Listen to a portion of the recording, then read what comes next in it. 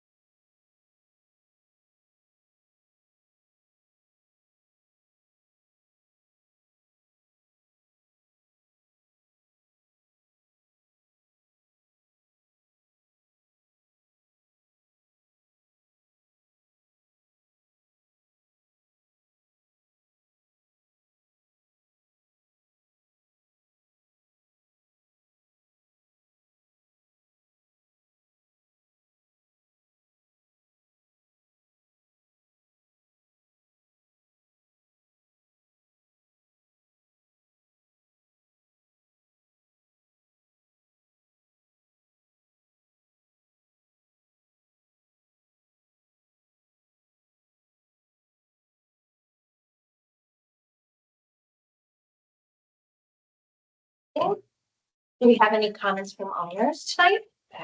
We do. Well, please go right ahead. You have, Okay, and also have, something I'll bring up to the, okay, great. to folks as well, but, in a nutshell, to kind of just highlight, you'll see more in detail. But in Springwood, we have, the problems with the pergola, of course, it's shut down right on the picnic tables and the barbecue. Okay. While everything was open, we had a lot of heavy usage for people outside of the community, having parties late at night. We would call security, half time they wouldn't show up, or if they did show up, they did nothing. We witnessed, I lived there, the West we were, folks here, we, observed other illegal activities going on, drug dealings, people doing drugs there, homeless people sleeping there. And, it has not been managed well. For the past 3 years, I have advocated to have it fenced and gated off like the pool area where only Crow residents could use it. As you're aware, the CCNR talks about parks on recreation to be for the use of Crow residents only, not people outside of the community, but that has never been enforced. So, Longberg recommended solutions other than having the fence and security gate was also to have a reservation system, putting where people can reserve online, they can reserve for whatever hours you want to determine, whether it's 4, 5, 6 hours. That way multiple groups can reserve and have a picnic, on Saturday or Sunday. Currently, what people have done in the past is they would show up at 6 a.m, put a couple ice chests on the picnic bench, and they would leave and they would come back to anywhere from 2, 3, 4, 5 o'clock. So they basically take up that whole area where no one else could use it. And then they start their big party, they bring their kids come into the pool. And these are non-residents or residents you're speaking? This is, okay, what I'm talking about, the activity I'm gonna refer to as non-residents. Okay. We do have a few residents using the pool, but I never see them using the picnic, area and, with pets and all that. So with the reservation system, that'll kind of get a little bit of order there. If they don't have a reservation, then they can't use it unless there's nothing out there, but there needs to be a security deposit collected, because what does happen with the non-residents coming in with the kids, One more minute. okay, they, eat a lot of food in the pool area. They eat a lot of trash, and then we have to clean it up. Understood. They're also with large parties. A couple of times last year, they contaminated the pool with going to the bathroom too much. So, that's it in a nutshell. I'll drop this off. I do That have would be wonderful. 9 signatures of people endorsing this. We will be getting more from the community, because I know you'll be interacting more with the Thank you. board. Thank you. This is very good. I'm glad you put it in writing, so we have something to present to, the, I can't think of the word, to the board. Brain fart there, sorry. Be good, because we are aware that it has been a problem, and a large problem in the past, and not only with Spring Lake, but yours is far beyond worse than anybody else's. Yeah. Do you have any update on when this going to be, the pergola will be rebuilt? I'm sorry, the what? When the pergola, when that's going to be rebuilt, because right now it's condemned because it's sinking. Oh, I The don't know. ground is unstable. Right, yeah, I have not received an update yet, but once I do, I will be happy to pass it along. We have it on our agenda as pool reservation discussions, so we can revisit the Spring Lake as It well. would be a registration, not a reservation. Because we're not quite so sure of how, we can't tell anybody else you can't use it because it's reserved. But, If I, Go ahead. if I could, do we each get a couple of minutes here? sure, you each get 3 minutes. I don't know, recognize any faces. I'm Jeff Smith. I live on Muse, 7, 8 years there. This is obviously the pergola has become a hot topic issue for those of us who live there of late, and particularly right on the Muse. That thing's now been shut down 6, 7 months, which is very unfortunate that it's shut down. That's an amenity right there in front of our house, that it takes this long to get it up and running and to make a decision. I understand it's gonna stay shut down for another 2, 3, 4 months until we finally get it rebuilt. There was a survey that came out that sort of polled the neighborhood. Grand Manners did that. I'm not sure if there's a Grand Manners rep here at the table. There's not, but the results of that survey were never shared with the residents. They asked us to participate. And I'm not sure whether this committee has involvement. It'd be interesting to see. Do we need to take that up with Grand Manners? Or can you find out from the Parks and Rec, what were the results of the survey? How many responded? What did they say? It was just the results were kept secret, which I thought was a little bit odd. And I think the question that Mark raises here, our neighbor, is, the pergola is open. It's supposed to be used by residents, but anybody can go use it. And it's just left up to the residents to patrol and police it. And if we're gonna go to the trouble, of time and energy to rebuild it, at least we should be able to gate it and restrict it.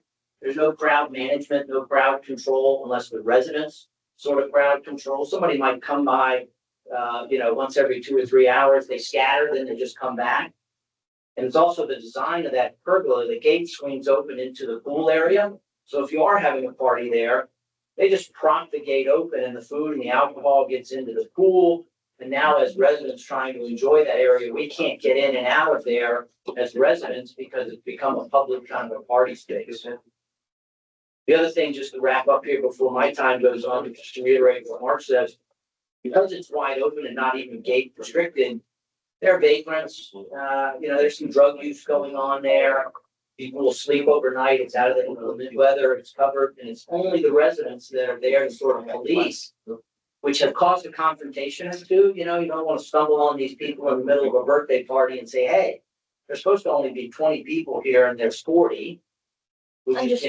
And so we've got to do something about that. And it seems to me that if we're going through the trouble of rebuilding it, let's not do the exact same thing without addressing these 4, 5, 6 other things that I think would be Celebration's responsibility to manage, not the residents. Wonderful. Thank you for your words on that. It's definitely being presented. Nikki, there are some people trying to get connected, but they are allowed to because of their email or something like that. Mark will try to get the link, but it's not working. Okay. Nina, did you want to say something? Yes, so the three of us live on the mute that faces this whole area, 1589 Castile Street. We've written to the board, we made some suggestions of improvements of how they could control it, but they've decided to put the structure exactly the way it is right now, which creates a problem for us that live on the mute. We are more in danger than anyone because if we go out and say something to someone, whether it's one person or two, they know where we live. So it's really not safe. The door being propped open is all the time in the summer when there's a party. And as soon as Nikki's group comes and checks and leaves, they come right back. So it really truly, I wouldn't want to see someone, drowned or something happen because we're on the hook. That door's open, that's a liability for us. So there needs to be a redesign and a focus of how we're going to control the behavior. Scott and I, we've owned the house from the beginning, it's 10 years. In the beginning, it was, no one really knew where it was, but now everyone knows where everything is. The safety issue is number one. Okay. There's no controls. We need a plan or redesign of how it's going to be safe for not just the residents. But if someone does come, the problem is it's in an open space. And the last thing I'm going to mention, there's 2 grills. I have gone countless times over to those grills. They leave hot charcoal on there. I leave from my house. I literally pour water on to put them out. And it happens all the time. And sometimes those hot coals are in the grass too. And where I live, it will be the first house that will get burnt down. And it's not really there to have that kind of hazard there. So that's a big problem too. I heard that you took away the grills up in Island Village. At least they have a fence. We don't even have a fence. Sorry. And this is my husband, Scott. I'll let him talk as soon as I get a chance to do that. I don't have much to add. It pretty much said it all. It's mostly about crowd control. We can twice anywhere from 10, which is probably okay. I've counted 35, 40 people keep mostly kids. You know. taking Well, the fact over- that they're non-member, non-residents. is Yeah, bigger. taking over the space. And I mean, then, the difference between the I'm so sorry, so No, no. the residents and the non-residents is, I think what the bylaw says, one resident gets 4 guests or something. Well, so it doesn't really, if there's 35 people there, I can assure you, it's not, 9 different residents with their guests. It's their friends and family, and it's one birthday party far beyond 4 guests of the resident without the control on it. And so I just, one more thing if I could ask, I'd like to understand, because I plan to go speak, address the board and introduce myself all in, good faith. It's a beautiful area. There in Muse, is what would this committee's role be in regards to hearing this feedback, surfacing it and responding back that we see? Is it in the minutes somewhere? Is there some sort of feedback mechanism so that we know we've been heard and we've, or should we about this? Or is it, don't even waste your time here with this committee, we need to go address the board direct? If you could give us that guidance, that would be helpful. Well, first off, it's gonna be recorded in the meeting minutes that you can actually get on the Celebration website.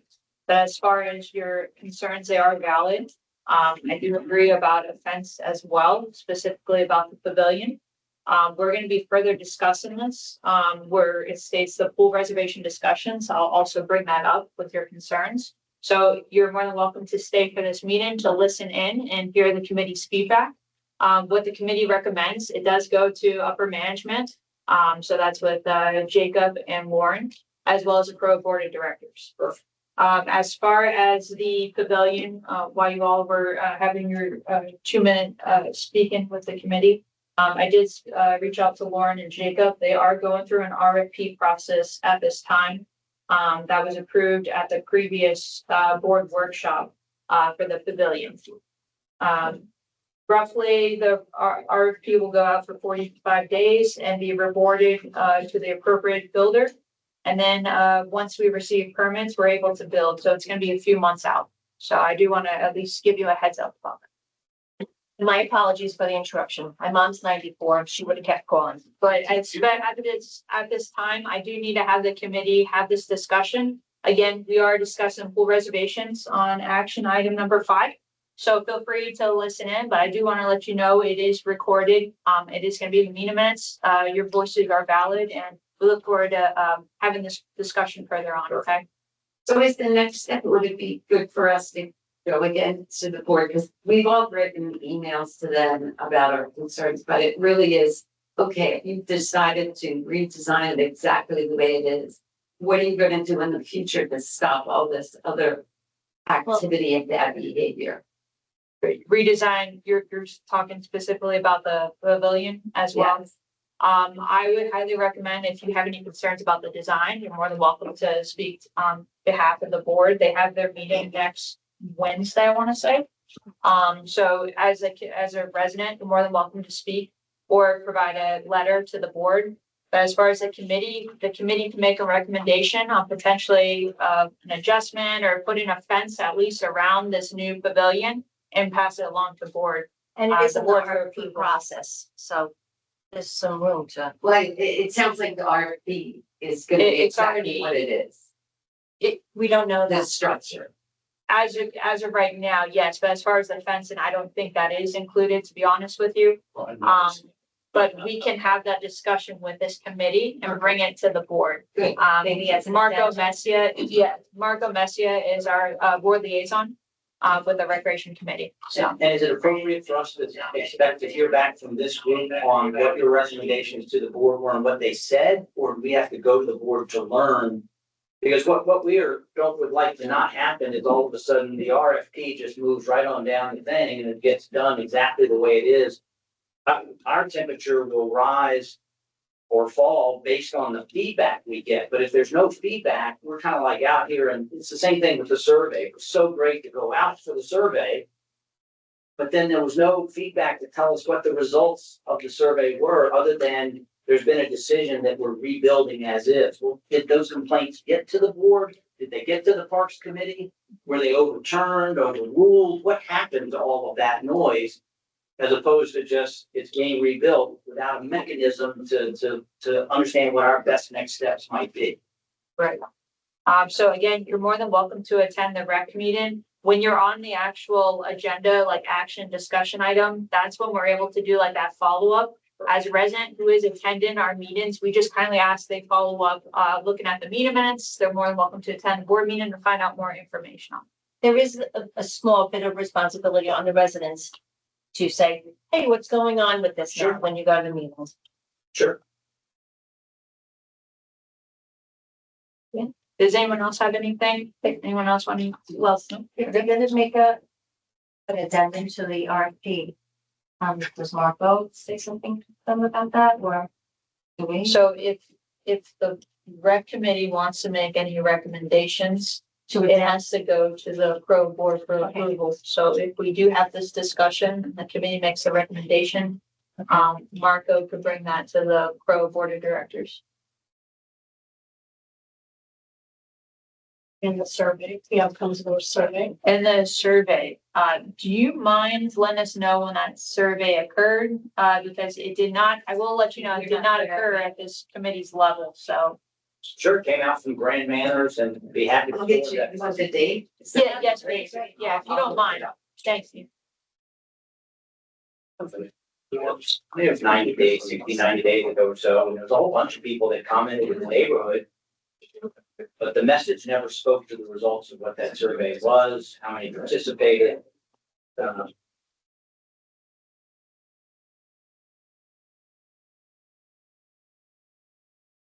And I think, as this committee, if we get ready to debate it while we're thinking here in just a second, but, the access and the crowd control is so key with the alcohol and how all that happens.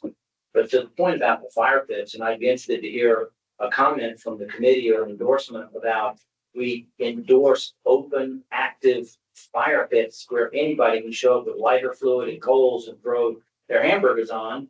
And then their party's over and they just leave without really deposit or responsibility to put those coals out. So I would like to throw out that in this discussion, that committee take that up. And is their recommendation, the amenity needs open fire pits? Safety foregone or not? That's the reason that they were actually removed in Island Village, because it was a safety issue. Yeah, there used to be bushes there, but they burned down. Place. Okay, that's good. That was just nice flammable pine straw. Even better. Instead of green bushes, at least they burned slowly when they were green. All right, well, we thank you all for your input. It's really valuable to us. I'm gonna hang around. Oh, yeah, of course. Okay, so we're gonna have a call to order. We have a quorum. We do. Yes, we do. Okay. Thank you for giving us the floor. Oh, thank you. Of course. Longer than Appreciate we should have, but That's we appreciate it. it. Okay, has everybody read the agenda? Yeah. Okay, any changes? No? Okay, good. I'll make a motion to, I can't make the motion. Do I have a motion? I'll motion. A second? All in favor?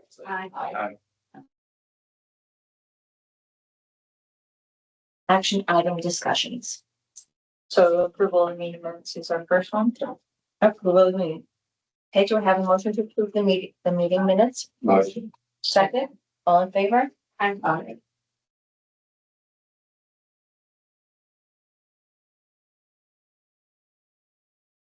Okay, now we can have the first ones. So we had a positive turnout last Friday for Holiday Fest. It was close to 2,600 residents that attended. We're starting to do, with the special events committee, a reservation process, I'm sorry, a guest policy. So if you bring in, if you have a guest with you, you have to pay $5. It's actually going smoothly, so maybe that's a discussion. What this committee is reviewing the guest policy. Right now, it's a 1-to-4 ratio. However, for events now that are larger, we're trying to think of anyone who is considered that guest, that 1-to-4 ratio, you're gonna have to pay $5. So maybe we can kind of revisit that with the facilities in Hanson and Island Village growing. And they're for non-residents, right? The $5? For non-residents, yeah.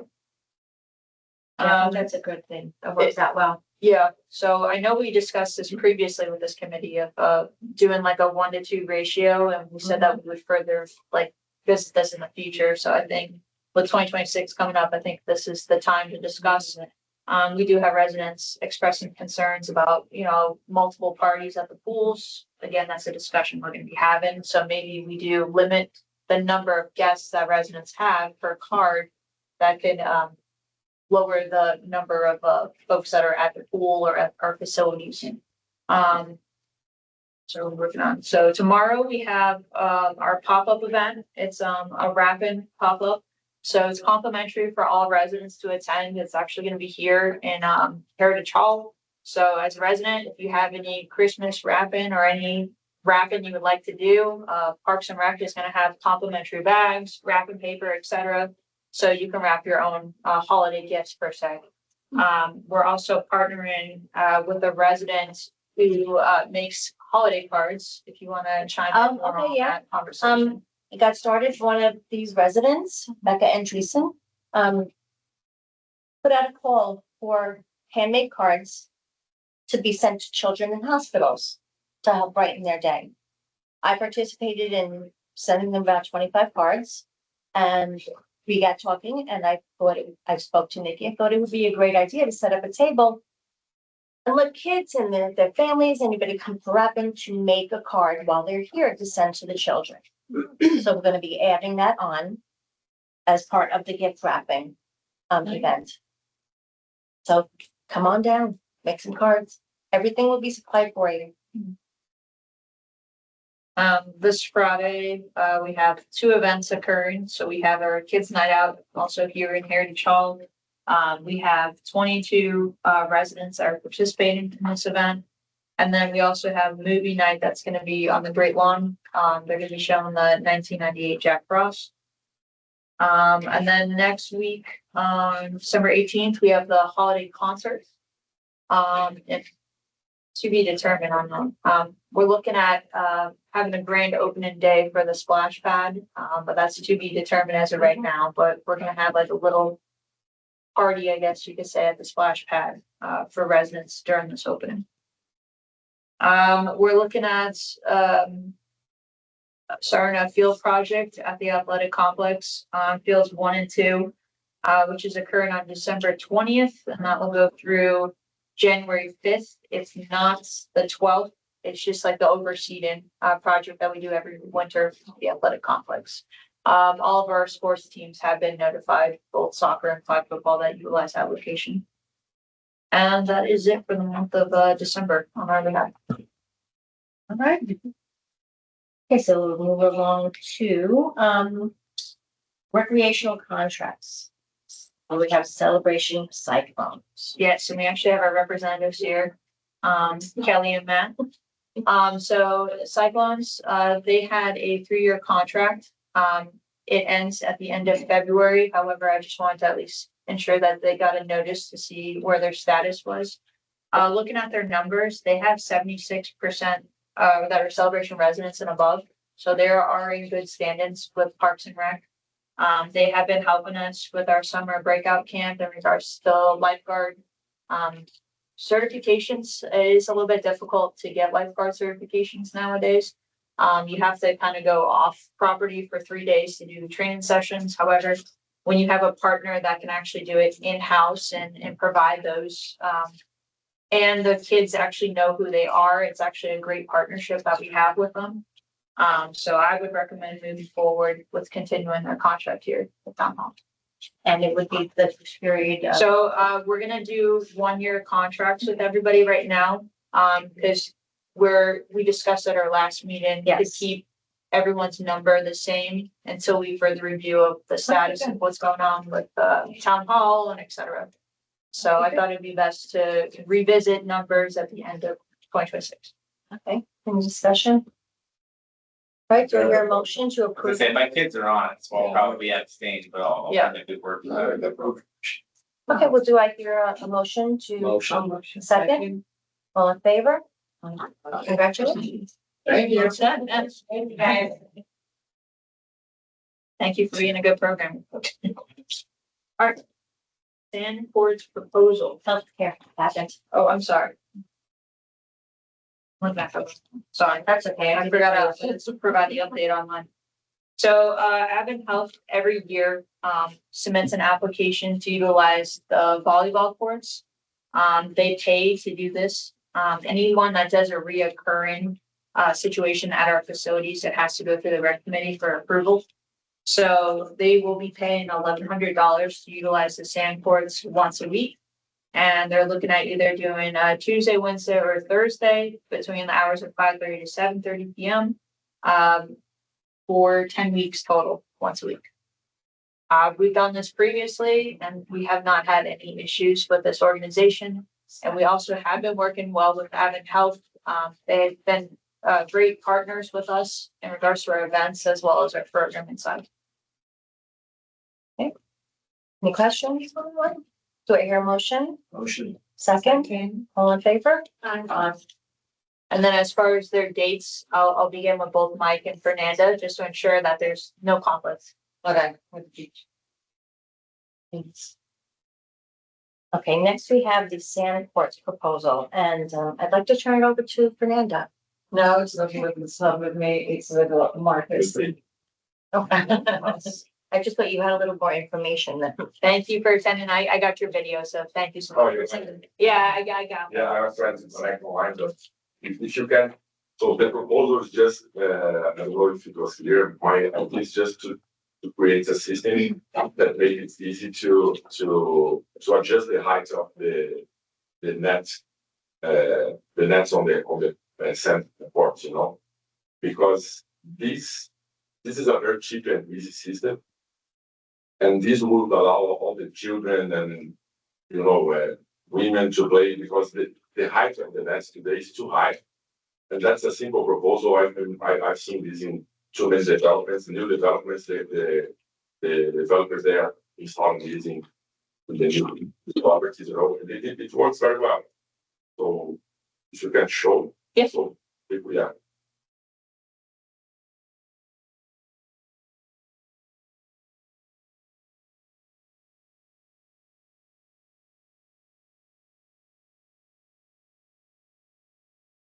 It's just you're present and just, And you it know. goes up and down. Kind of works like gym equipment, the way that you can adjust gym equipment.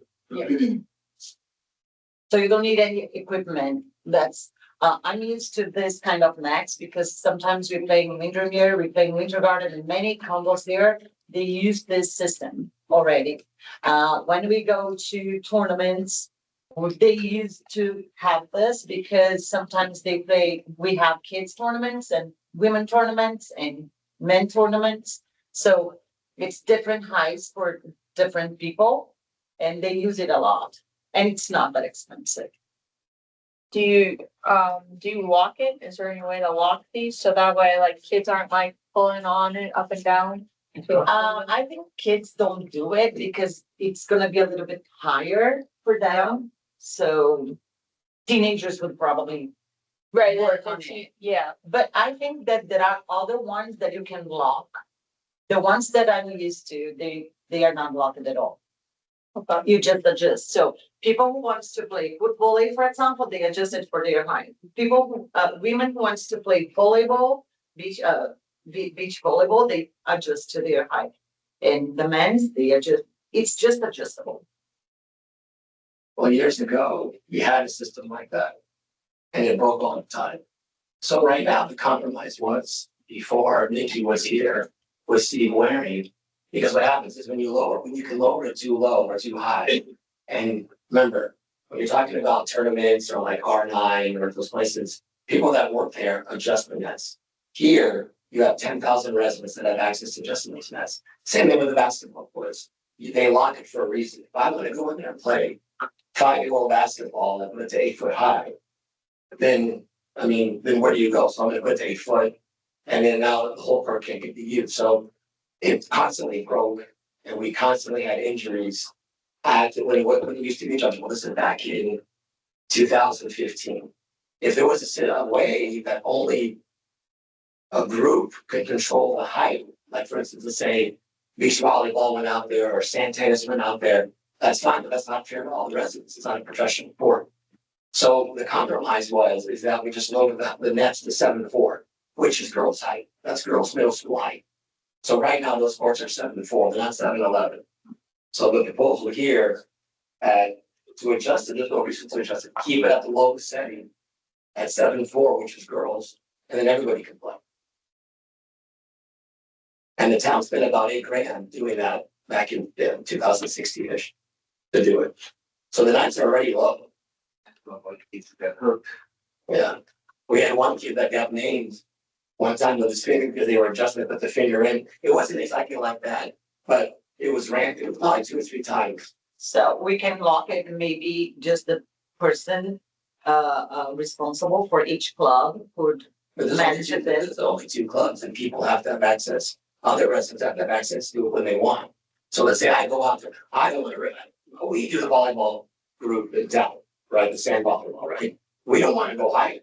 We want to have it at 7-4. That accommodates girls' height, that accommodates football, because football is 7-3, I think 2.2 meters for football. And then football is too high.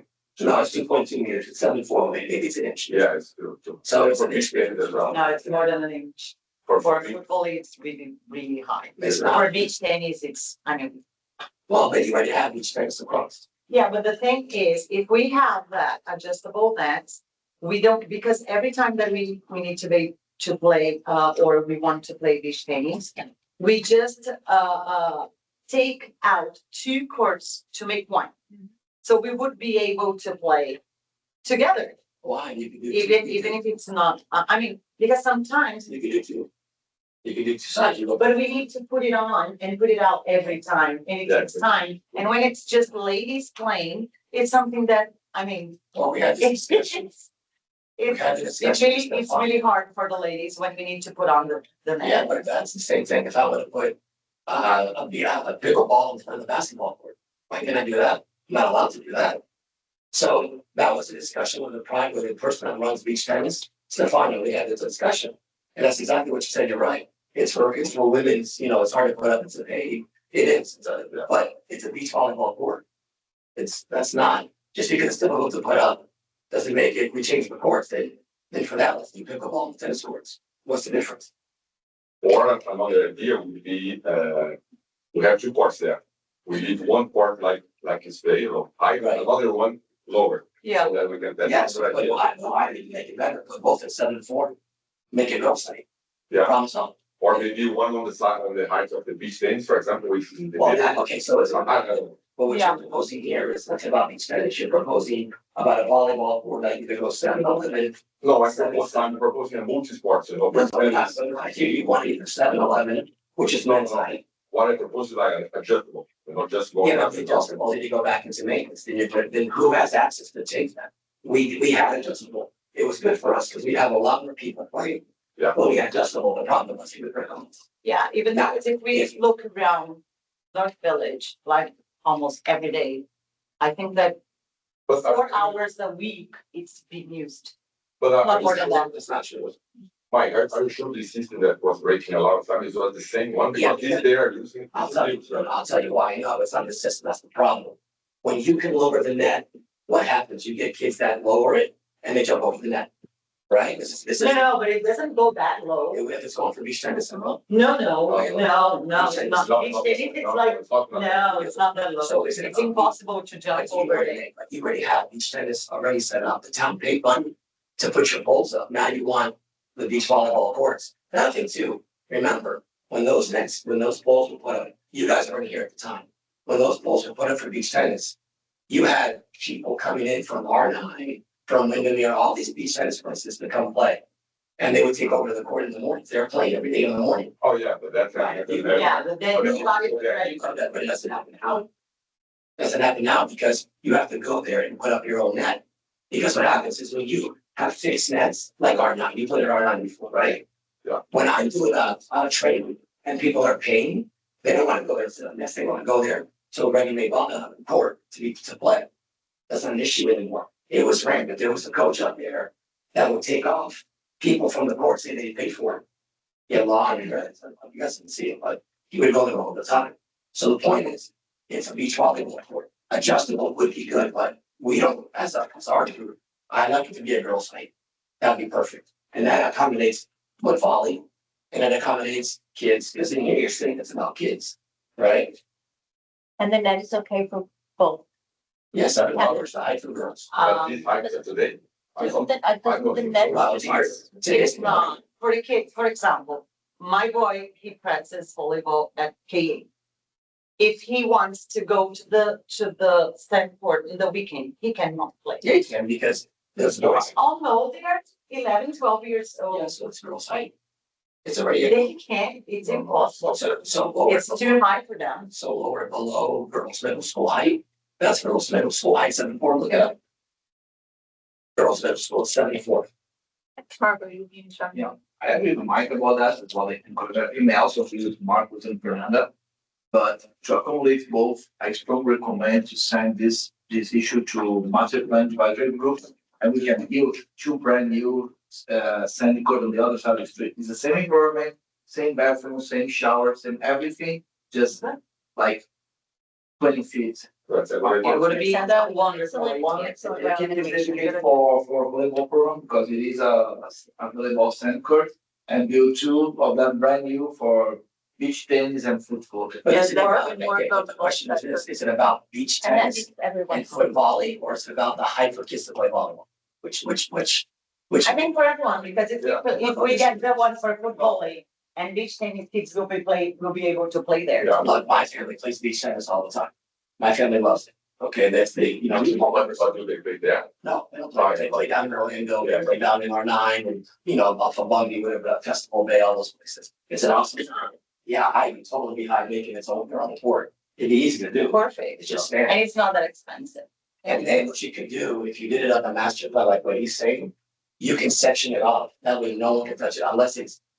And if we build two, we can build one for beach tennis and one for foot volley. And then we leave the nets there and nobody touches And it. then the responsible adults will have Yeah. a key to adjust. So we have two volleyball, a foot volley there and beach tennis there, which can be played at the same time and it doesn't hurt anyone. That's the idea for the, keep the two courts dedicated for sand volleyball and two courts dedicated for beach tennis. Perfect. For other Or sports. foot volley. Yeah. Well, the thing is too. So we have the space over there, we have the knowledge. to do that. Yep, This- we Well, can, we're ready and for. to their point, Okay, is so that you can have it where, see, beach tennis is very specific, right? You can have rackets, you can have all kinds of stuff, right?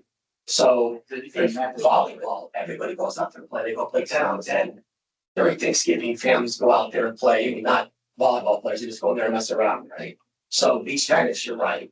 If you make it specific, even to some point, you know, football, it's specific sports, right? They're not the same dimensions as a sand volleyball. And it's also different nets, right, for the. It's a different, it's a smaller net. Just for the beach tennis, the foot It's volley. heavier. Both one is the same net, but just low, yeah. And I agree, we should have adjustable nets. I totally agree. I mean, but we had it. And it was a problem all the time. And I said, before you were here, Nikki, we always have those nets broken. You know, calls Steve Ware. One of the really almost lost in speed, right? Yeah, Shell Harder, you know Shell very well. His son Dylan plays with us to this day. Got the finger on his kid because he's stupid. Because he was there playing with it with his friends and they pulled it down and he scaled the finger. And it was just, it happened a bunch of times. It wasn't only it. So all in all, I think the best solution would be. Yeah, I think it's separated. Yeah. So we're not changing an amenity that was already there. Right, Yeah. all right, so. What I would say to his point, but I would say if we can keep up with the sands and grade the sand, because we've been doing it, right? Yeah. To keep, because you're right. If you play on that board and you go 6 months Yeah, and then it wears down, yeah. then the net is too high. That's, if we keep the sand normal height, it'd be perfect. Or maybe the lower a little bit, one of them than the other. Then Yeah, I know, so, yeah, like I said, they were put in, because they're at 7-4, if you look, people already marked them, if you look in the second poll, that's another thing too, people literally went out there with markers and marked them, and then, actually, that's just this adjustment. You can't adjust it. Yeah. You don't screw it, Yeah, people did that and broke it. right. Yeah, but if I was looking there, if you do this today, probably it's gonna break, because it's rough, you know, Yeah. it's. Screw so right. Yeah. But like I say, but as long as we make sure that it's always at 7-4, 80% of the problem is solved. You know, So what we need to do is make a recommendation Okay. that To keep this the go sand to up. the To bring the master plan. Yeah, that committee, to review, beach tennis board or multi-purpose for per se at North Village. You build me one on the other side of the street. Okay, so what Nikki just said. Do I hear a motion to make that recommendation to refer to master plan? Second, all in favor? Thank you. Thank you for coming. The problem is, that's still good. When you talk.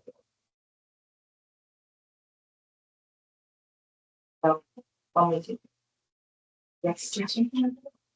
I'm gonna bring it along to, upper management, as well as the levy. If you can, Fernanda, in the meantime, can you just vouch with the number of, beach tennis players we have on property? Since I know those numbers are gonna be asking for. Okay. Just be prepared for that, please. So, Like the number of. for the beach names and also for the football league. Yes, please, yeah. Just to show like there's interest. And, I send it to you. Yes, please, yeah.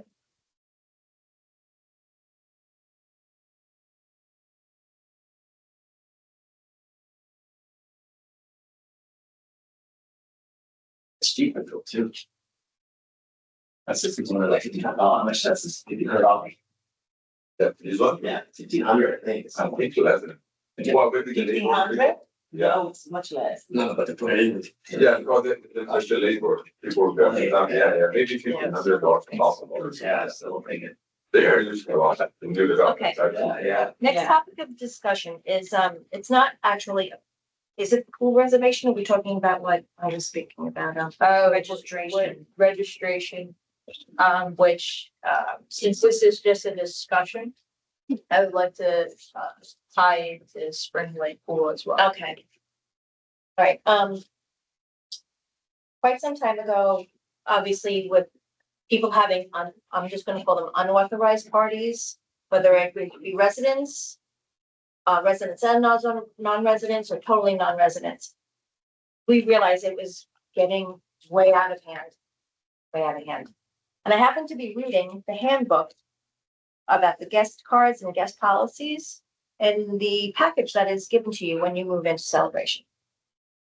And it states, please contact Town Hall if you're having a party in one of the parks or pools or playgrounds. Some people have done this in the past, most have not. So I was thinking, and I've run it by a couple of people, that it's not necessarily, although in certain instances, it could be a reservation system, depending on the amenity and the situation and setup of that amenity. Or if you're in the park, just to call Town Hall and say, I want to register the fact that I'm going to have a party. This is my name. This is where I live. I will be responsible for cleanup. Everybody that I talk to says, that's a great idea. Because as you say, we're tired of cleaning up after people. If it's a non-resident that is coming in and having these parties, then the sheriff can be called. It's considered a trespass and they can be asked to leave. And then the sheriff is dealing with it. As you said, I don't know if you've called them in the past, whether they've come, whether they haven't come, and whether you've just called Mayberry. I don't know. That's actually, all the above. Okay. We called it, and sometimes they're a little busy on Saturday night, the police, and they can't get there. You know, so Understood. it's always weekend prime time where the worst Right. offenders are. Well, if it works out with this fencing issue in Spring Lake, I think that would help a great deal. And also- also, in today's, technology, it's just out of the question to have cameras there. I mean, they're not very expensive these days and Well, that would be out of our hands. That would have to be part of this whole process. it's, it's a simple The sign. technology. You just had those posted and. We agree. I mean, I live in Island Village. I went to go to the pool one day and somebody had set up a baby shower on the whole top deck. Yes, And then when they did the gender reveal, there was pink powder on the pool, on the trees, on the food, on people. And Nikki's staff had to come and I would give it easily 2.5 hours to clean up after these people, most of whom were non-residents, because as soon as they heard the monitor was coming back, they scattered. With the cameras, is that a recommendation as this committee thinks about making recommendations for a budget item? In addition to a gate that requires you to get in and out of the fitness center, to get in and out of where the amenity and picnic tables are, so and out of the pool.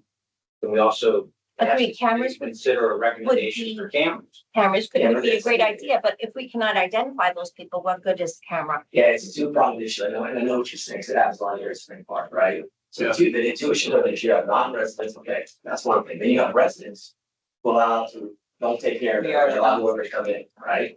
So a camera will do anything because the police will not pursue. They don't care. They're gonna go, yeah, it's your fault, right? You could call the sheriff on the non-residents, but they're gonna come in 45 minutes because the majority of patrol cars at any given time in Osceola County are in St. Cloud.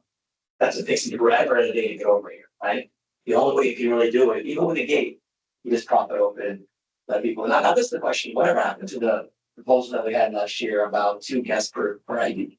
Well, that's going to be part of the discussion. Well, we need Yeah, it they could currently say- for they could too. it there. Mike and I were both on last year's committee, as was Marco, and there was many discussions on changing the guest policy. To I make think it that was- two per card. Yes. And I would offer the cameras, in it itself, even if they're unplugged, are deterrent to some. Perhaps people sleeping there at night or puffing up when they're doing their thing, if they might think twice if they saw one, whether the camera was even working or not. Well, I will do my best to Serves as a attend the next deterrent. tech committee and bring this issue up to them. Yeah, one thing with the cameras as well, it'll serve as evidence that there's a crime being committed, someone's injured. Good point. So that was definitely kids do hop the fence, so you could also see in real time, basically, or just record time, how many people are jumping the fence to push that button, because that happened a lot last year, our years at the pool. Now, also the cameras here that you do face recognition, temperature, right? So you can see if it's someone within the community, that's violating, you can go directly to the parents or whoever. If it's outside the community, there's a crime committed, unless people have a record, the police wouldn't be able to identify. those Excellent people point. Necessarily. Well, I just make a point real quick, just so you, just kind of about the cameras.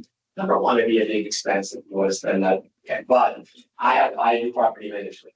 I have literally have cameras on my dumpsters, right? People will dump, come pay, whatever. I have cameras over them. They take a picture of the drive and license plate. I call the police, they tell you, not even good. Exactly. They don't care. They will not, they will literally not react to it. The only way we can really do is enforcing it, obviously with the park monitor.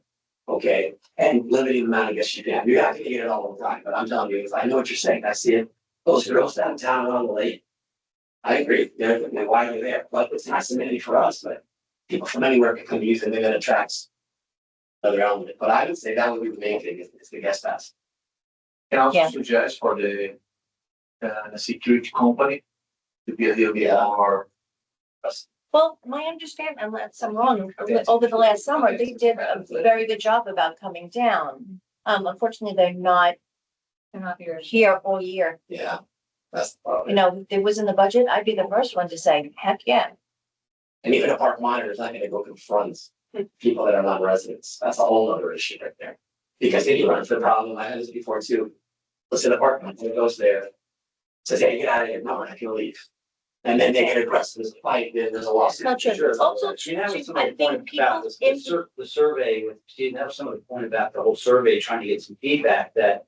The building, it's nice and everybody gets the idea of the pool but the fact that it's picnic tables promotes a gathering party, alcohol with the grills.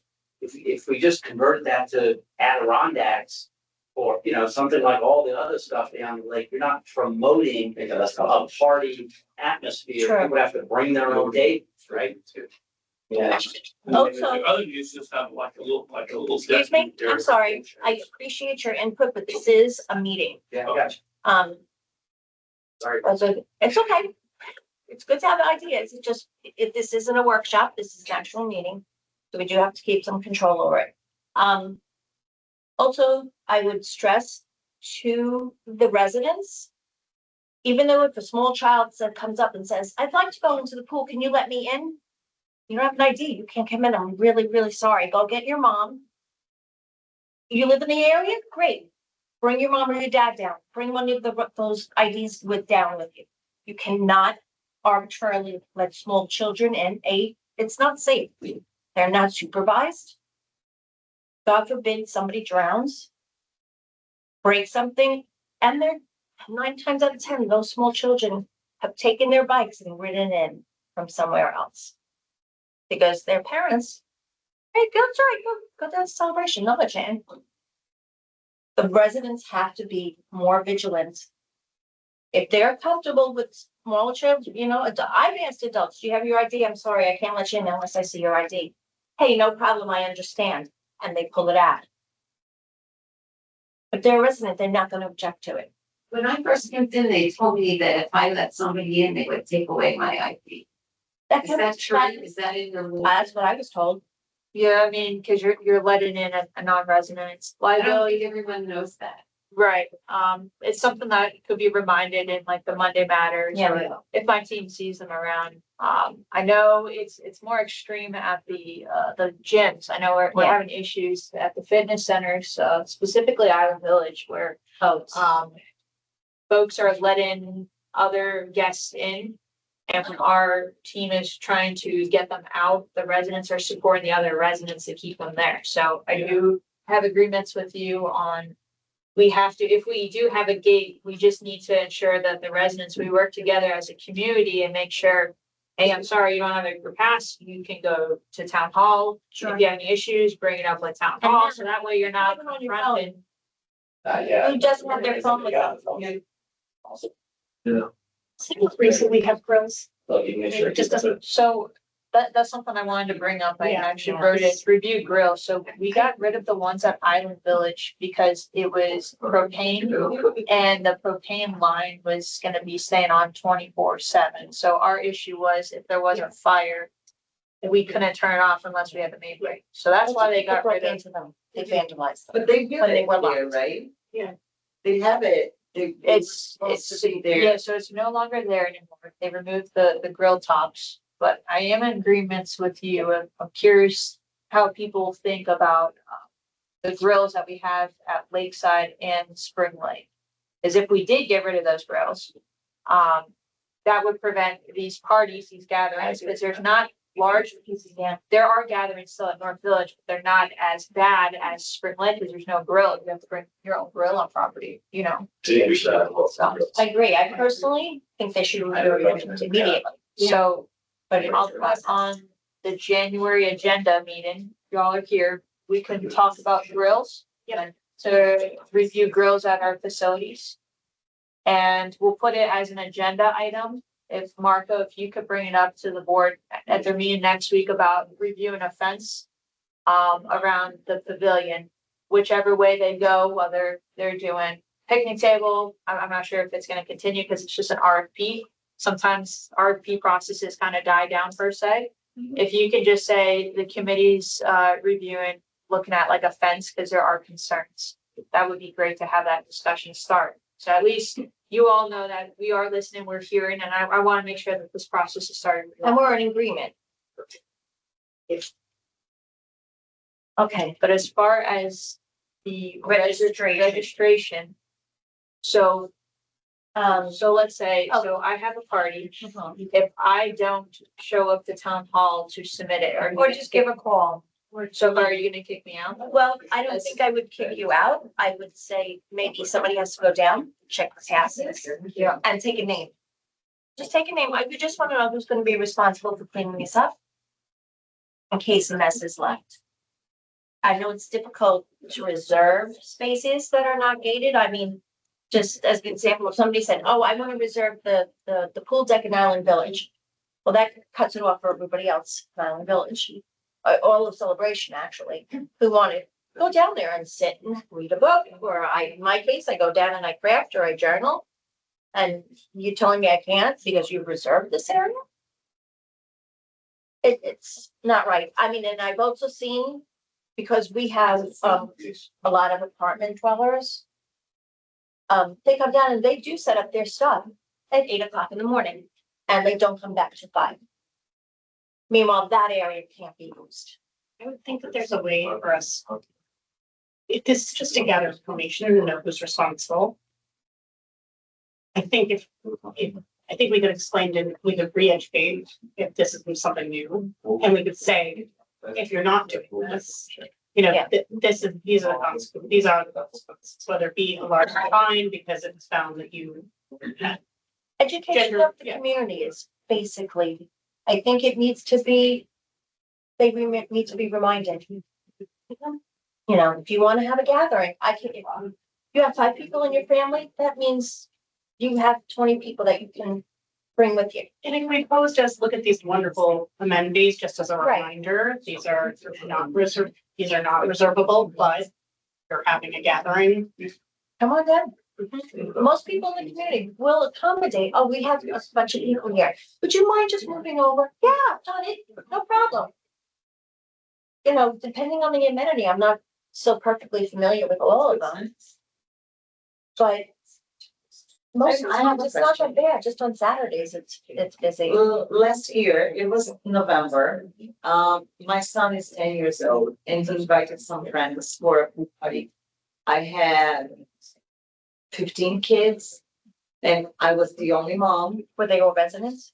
They were all residents, but the thing is, I had an issue with the person who was taking care of the pools. Yes, because these kids who were 10, 11 years old, they don't have an ID. Oh, yeah, that. So this is something that we need to think about. You can get an ID, you just can't get into the facility without With an adult. At least it will show But that. none of them had it. So we need to educate parents that they need to get their Yes, children. so I thought that they could have an ID just after 12 years old. So, yeah, so you can have an ID, it'll just say under the age of 21. So that's something that we can maybe educate and Yeah. just let residents know you can get one at resident services. Because we're having issues at the events when there's young kids that are trying to attend and they're showing their school ID. Because they didn't realize they could get their own ID. However, I bumped into, I think I want to say 8 kids that were under the age of 13 that actually had a pro ID. That it just doesn't work for the pools, they just can't get in. It's just to show that the residents. I think we can have the same system that we do with the gym at Island Village. Mhm. You need to, Like sign. liberate the access for the gym in Island. Well, Village. yeah, because you need to, Right? you can't even get in. You don't have to Yes, sign. it's waiver. different from the other one. So maybe if we have a kid under 12 or under 8 or something like that, I'm not sure. Like block them for some amenities. But by having the under 12, they're still minors. They really shouldn't be in a pool without adult Yeah, supervision. no, but I It was just there. doesn't exist. I was the only You are person who saying had that. the ID, I'm the pro ID. I'm talking about like a bunch of 12-year-olds. Let's go to the pool. You know, they can't get in without But adult you can supervision. for the, like if they get brought by another parent Yes, to an if- event. yes, That's not Just to say, Or if you're playing on the tennis court, like. that would, I think that would alleviate a lot of problems. Just educating, it's probably putting that in multiple Monday matters flash. Absolutely. Yeah. I think we keep talking about educate, but the people who are the problem obviously have not read these books. They're not gonna read Monday Matters. I think the only thing you can do practically is if you have monitors and there's a party, they can say, give me your ID, who's responsible for this party, and then follow up with them. Beyond that, I think it's to your point, it's like, if you see one person with an ID and 15 kids, are they being kicked out for having an unregistered party or not? Yeah. I would say probably not, but that's the question. It's like, if you don't register your No. party, is Nobody would someone. ever get kicked out for not registering a party. I think the concern is when you hear I'm registering my party, they think that they can actually have like a A huge reserve. party. Yeah. And they're reserving. That is a That's where it problem. gets a little bit It confusing. does get a little. Because all it takes is, we're going through like a facility software, like a new software. If we have So monitors, just we my have to concern say who's are we responsible for implementing this. the software? Similar Yeah, to people with Now you're crap. putting, Yes. now you're putting more work on the staff. So Yeah, that's no, we just don't the wanna do issue that. is. All right, so maybe if we could just, even like an email, to the community. Yeah. What do you think, guys? Guys, an email to the community, re-educating them about certain policies. Get your child an ID. They're not allowed into without being supervised by a resident adult. If you're gonna have a large parties, that's cool, but you can't go down and pack your stuff there all day long. You need to go when you want to go. If somebody wants to have a 4 hour, 6 hour, 8 hour party, I honestly could care less. But don't let it get out of hand. You need to control yourselves. And you need to clean up after yourself. The issue is enforcement. If you have someone checking them, then it'll, Yes. it's not gonna be 100%. Oh, yeah, no, to have a monitor at every pool would be ideal, but Yeah, no, we just can't afford to do that. Yeah, I think like feasible thing is to have, like, if you have monitors going around, they see a party, just to say, whose idea is this? Sure, And and then they if it's do not that, cleaned up the right? next day, they can, you know. I mean, they did contact that, I person mean, to do it, yes, but I did otherwise- text Nick and say that there's like a 25,000 million people here. Well, that's exaggeration. But there was a good 30 people down there that took up the whole thing, food, the whole spiel. It was a beautiful party. But this is not your amenity to rent. Ask a question here, is there no capacity restriction in the guidebook there? And maybe I should read it, but And I of just show course, But it's me vague, it's that vague. party with 50 people. Yeah, but if they. right, but if nobody else is at the amenity, 50 people is occupancy. Yeah, so that's the issue. What we're having is 1-to-4 ratio, like on the basketball court. We're getting calls saying they're non-residents. However, if they have 10 residents, they can technically bring 40 guests. Right. So it's packed there. And our team goes, they check IDs, there's 10 IDs, I can't kick them off. So that's our issue right But if now. we change it to 2, That's, You can reduce that, you know. cutting it in half. You're not, that pool, Spring Lake can't accommodate capacity of that size. Not many pools can, neither can Island So Village. once the gate gets propped open, even if they're all residents, you precluded all the other residents in the community from enjoying the amenity Well, that day. unfortunately, if they're residents, they have a right to go. If it's over occupancy, then that could be a hazard.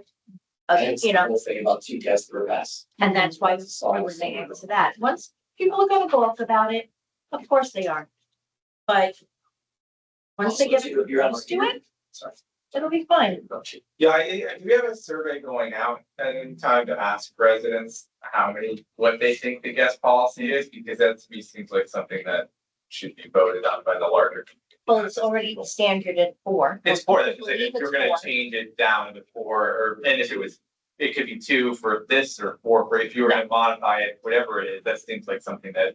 No, it would be People 2 would be- for everyone. Guest. So a lot of people policy, before, so- and a lot of people would be against, but I don't think this is like a representative sample at this table as to what people generally. Well, it would have been changed to 2. I For the think some parties too, let's say you have a big party and you're in half, some of the pool half is out. And one kid leaves, one kid goes in, how do you, there's just no way to really monitor. That's a problem now, it's just, maybe if people are aware of it, but they'll be a little more cognizant of that. Most people want to go by the rules. Yeah, but I think that resident IDs, I think that's a good way to adjust it. I just think it needs to go into a larger vote. I don't care. I have 4 kids, so I can bring in 12 or however many people, I can bring in. That's exactly the point. But if I'm a single person and I have 3 friends, I might feel differently. Yeah. And that's why I think. Or it's you probably see something that needs individuals to who be- have like their college grandkids that there's, Yeah. at spring break, you see, one person living in an apartment, but yet they have like 4 grandkids down there and they're sitting in the pool. But in this scenario, they wouldn't be able to. Right, if you were just my Play. father could not bring my kids to the Yeah. pool if he was a resident here And under a 2-person Another policy. thing we were reviewing is per household. I know that was another. Yeah, that discussion was a big one. Talked about, Kids so. are residents. So it's just, I I'm saying, I'm not. It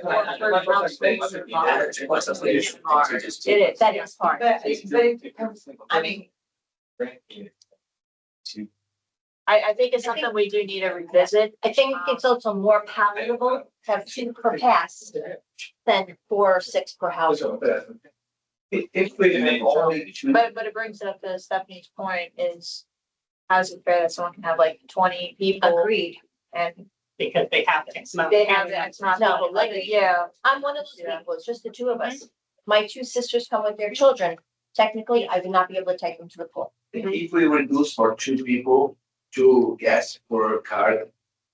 If I have 4, one day, can I recommend, can I ask for Parks and Rec to give me a special access for that day? We talked about Well, that. it's also. It would be considered like a guest pass. You can Yeah, go. you can go and buy them. My friends from Poland came and I went downtown. It was $10 for each guest pass. That was valid for, I think, 2 weeks. They wanted to come for like one day though. Like now, Well, then it's still $10, you know. People coming, maybe we can reduce for 2 gas per card and say, if we have more, come to the Park and Rec and ask, because we know who is coming. We have. Yeah. We don't- They go over. No, I don't think it wouldn't go to this level Yeah. to ask permission because, Yeah, Yeah, that's that's gonna take a- involving us too much in the Yeah. administrative Okay. process. but I do think Makes sense. we're still going around a circle with this, which is still, For a is great year. with the ideas, but we just have to try to nail it down before we can move. And I still have all those notes from last year that. So just for me to understand it, if we have an event, I pay for any guest that I bring, right? For, I you're go talking about or like go a special. Oh, for a public event? For the event, Like Friday or nights. for So residents only. They're only doing it for the larger events, so spooky and holiday events. Okay, got it.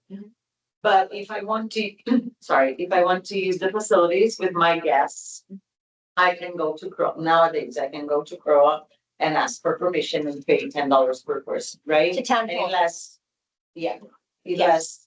unless, to be. Yeah, you can buy a temporary guest pass. That's valid, I believe, for a certain amount of time. I recall. I doing was just trying to- Can't swear to it. Yeah. So like if you have friends, at these day and age, most of us have friends who come from Europe who don't stay for a day. They come for a week or 2. Like my friends did. Yeah. And that's what we did. Because I was like, oh no, you can't go to the pool without me. I'm sorry. You just can't. I'm not having my stuff revoked. What I can try. So in this situation, you can bring more than 2 people. If you pay, if the guest resident, Bring yes, up to it's temporary. What I can do is, I can talk to Jeanette, she's our resident service manager and see if she can attend the meeting in January, just so she can kind of speak up on her behalf of what they observed at the front desk. And maybe she can give us some feedback and recommendation. So at least it can also help. I don't want to make it more difficult for her team either. Maybe they don't No, have a solution not. for this, so, I'll see if she's available to attend this. Okay, event that in would be January. great. Yeah, I think if you have solutions too, I mean, ultimately, I think it's gotta be your team, or, right, is your team on the monitors? They're the park monitors, yeah. Yeah, so I think you guys with the police on this. Probably. Yeah, I know it's gonna be rough at first, especially if you do the 1-to-4 ratio down to 1-to-2, so. But we'll also notify, we switched to Cadence Security now. It's just enforcing it. If we don't enforce it, no one's gonna take it seriously, so. And if, as long as we put it into the Money Matters, the Friday Flash, we send out an email to the community saying, this is the policy changes, please be aware of them. We've done our due diligence to inform them, so they can't say, I didn't know, oh, Friday Flash, oh, we don't need that. Right to your mailbox, just like you get your bill for your crow on. So currently, there is no requirement to register for. No, we're discussing the possibility of instituting it. There is a policy to register. that, Well, yes, I think, but no one follows it, so True, now, yes, that's why I'm that's like, pretty wouldn't well it make sense to put a double policy and that no one's also followed? So that's why I think it's gotta be. If we're gonna do anything, it's gotta be I something don't have the one. different. But this, I photocopied it right out of my new resident policies. Everyone has it, whether you read it or not, is a whole different ball of wax. But it has been given out to every new resident. That you're supposed to register for. No, it's, you don't. They don't say you're supposed to, you have to. It asks that please contact Town Toll if you are having a party in one of the parks, pools, or playgrounds. It's a suggestion. They don't say you must. Because I don't know why it doesn't say that. I mean, isn't that a reasonable request? I agree. To ensure That's why that it's I put it- residents only? that you have to just, It is a reasonable request, but again, it's who's gonna actually do it? You're supposed to have at the moment only 4 yes per pass. I can think of quite a few who bring quite bit more than 4. It's, the community has to help. They have to, I mean, it sounds like, you know, I don't wanna be the police, but they have to abide by the rules, just like everybody else. If you want us to enforce the rules, then you must abide by the rules. And a lot of people don't, by reinforcing and having, hey, did you know that it was actually there? yeah. A lot of people aren't even aware. With great respect, I have no issue with knocking on somebody or tapping on somebody's shoulder, but Saturday afternoon at 3 o'clock and there's 30 people down there and 15, 20 beers. You go try to interrupt that property and say, hey, You're not listen, supposed to have alcohol either. Yeah. it's my job. Yeah, get added. You don't want your residents to police that. It's up to the community and the leadership to police that, not the residents. True, but most of the time it's non-residents who are creating more of an issue. At least that's been my observation. I mean, I'll be the first one to tell you, I've gone down to the pool first thing in the morning, it's an empty vodka bottle there. So we see. A, no glass, B, no liquor. At least be cognizant and put it in a cooler. I mean, come on. With all the development on the other side of Celebration, in the last 24 months, the influx, this problem has significantly changed with allowing all of those, that residency on the other side of Celebration. They all have passes now and can come use that facility. And you know, they're not actively Monday matters and they I just don't show know up if this on hope that Saturday Osceola morning. County says, oh, go to Celebration. Yeah, so. You know, a lot of people think it's a public parks and they're not. Plus all the kids that go here that don't live here, they all know about it. Of course they Yeah. do. You know, okay, so should we table this for further yeah, discussion in January? All right, so do we hear a motion to table discussion on this matter until January? Motion. Second? All in favor? I,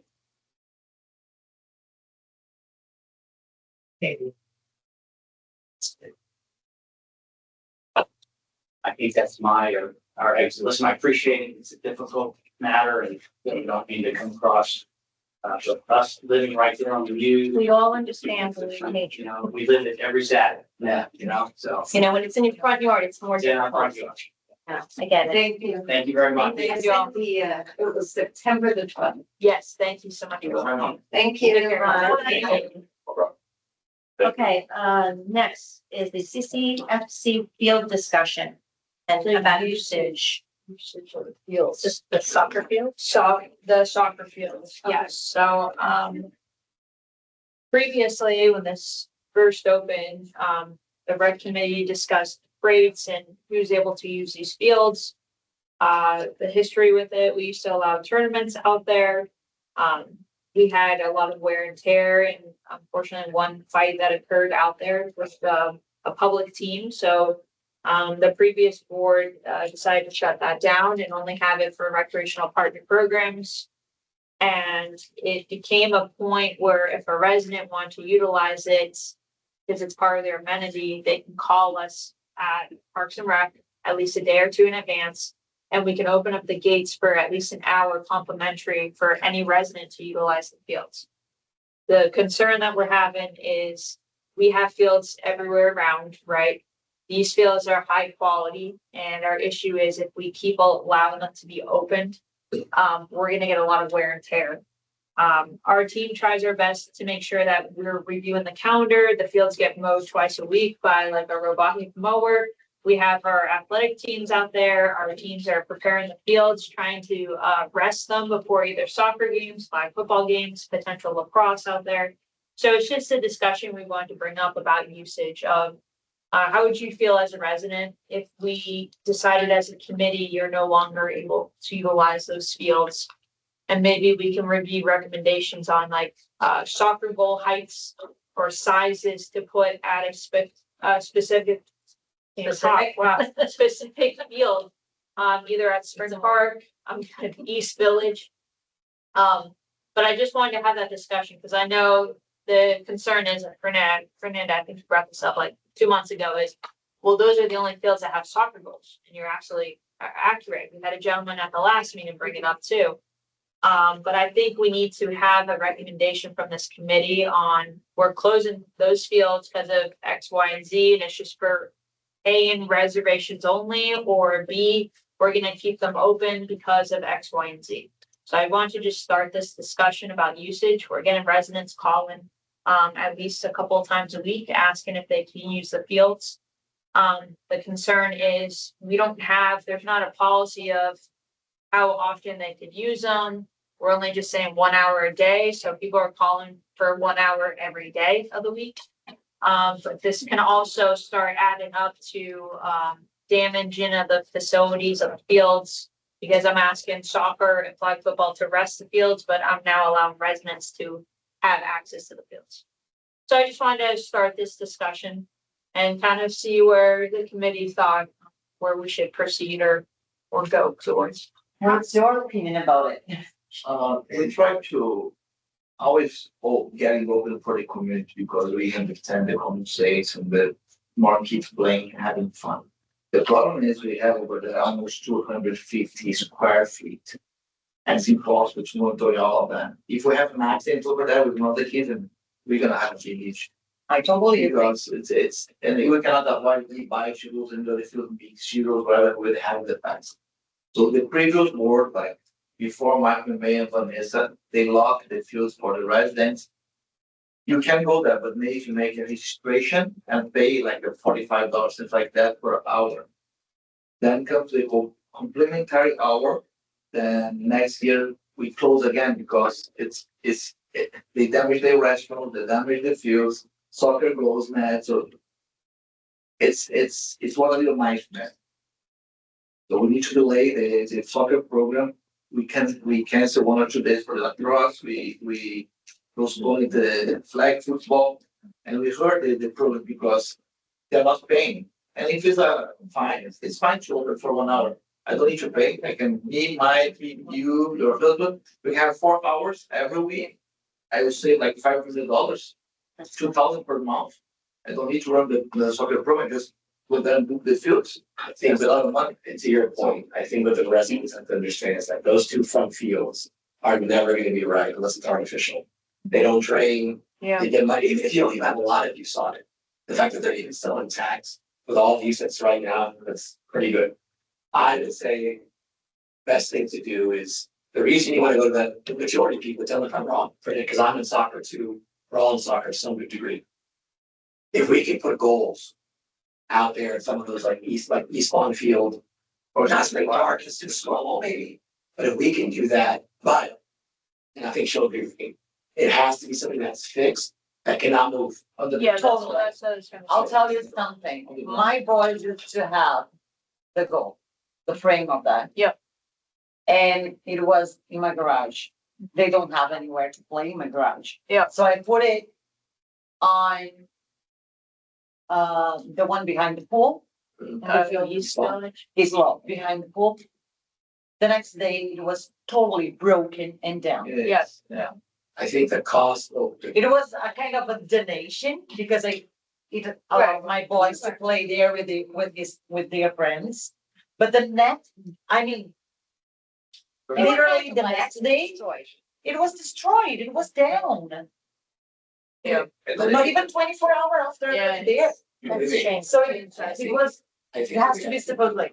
I think what we should do, my recommendation would be this, is that the issue is, if you just put in a fixed wall with no net, those walls are gonna be in the forest, whatever. The cost of replacing a net of a goal is way cheaper than having them go and use the fields behind the library. I think so. 100%. I totally agree. Maybe it costs $500 a year to replace it. They're gonna kick the ball, they're gonna hang on it. Again, when you have kids involved, they're gonna hang, they're gonna break. It's just normal. But we're in a place with a community for kids. Yeah, It's more for kids than adults. I totally agree. Okay, so the cost of fixing those fields and letting anybody go there and use it, even for an hour, he may say an hour.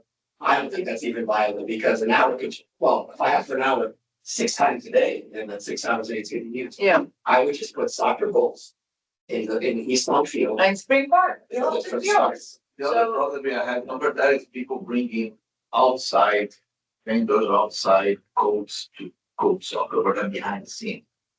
So Well, that's what was we're happening. trusting people and showing up there and using other parts. It's like the Island Village gym. I think that would be the way to go. I think you would solve 90% of the issues, just having a goal there and numbers. I would start with East Lawn, East Lawn, see how it goes. We played. We could always do one in the spring park Yeah. later on. We played in the past and Nikki helped us to play on the 851. We donated goals over there and everything. We can also donate, help to donate the goals for street park. Spring Park and East Lawn. We have two fields that they have fun. These lots of being used for like cross. Yeah, So- for like football as well. And Marco, real quick, so Spring Park, the only thing we have back here is the Montessori Academy. They use it. That's all I can really think of, for like PE, lacrosse, girls lacrosse. East Village uses it for flag football, Little League. So my concern is if I put two fixed goals, it would get in the way of the Little League, maybe, damage. I have to think of the liability of kids running into it while playing it, or, flag football, kids damaging it.